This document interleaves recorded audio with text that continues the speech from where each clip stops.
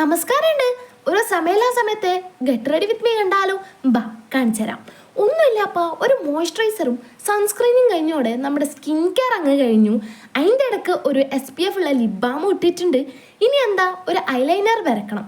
അത് വീഡിയോ നോക്കി ചെയ്താൽ എന്തായാലും ദിഗംബരനാവുമെന്ന് എനിക്ക് ഉറപ്പുണ്ട്. അതുകൊണ്ട് ഞാൻ കണ്ണാടി നോക്കി പെട്ടെന്ന് ചെയ്തു വന്നു. പിന്നെ ഒരു പൊട്ടും ചെറുതായിട്ട് ലിപ്സ്റ്റിക്കും ഇട്ടാൽ കഴിഞ്ഞൂന്ന്. കൂടെ ഒരു വാച്ചും കെട്ടി മുടിയും സെറ്റാക്കി. പിന്നെ ഈ ലെങ്തി ആയിട്ടുള്ള ഒരു ജുംക്കി ഇട്ടപ്പോൾ എങ്ങനെയുണ്ട്?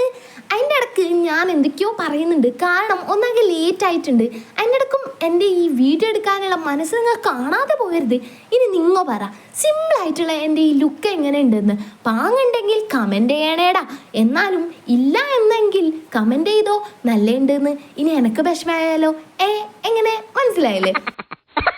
അതിൻ്റെ ഇടയ്ക്ക് എന്ത് തേങ്ങ കാണിക്കുന്നതെന്ന് ചോദിച്ചാൽ എനക്കും അറിയില്ലാന്ന്. അപ്പോൾ ഒന്നുമില്ല. നാളത്തെ വീഡിയോയിൽ കാണാം.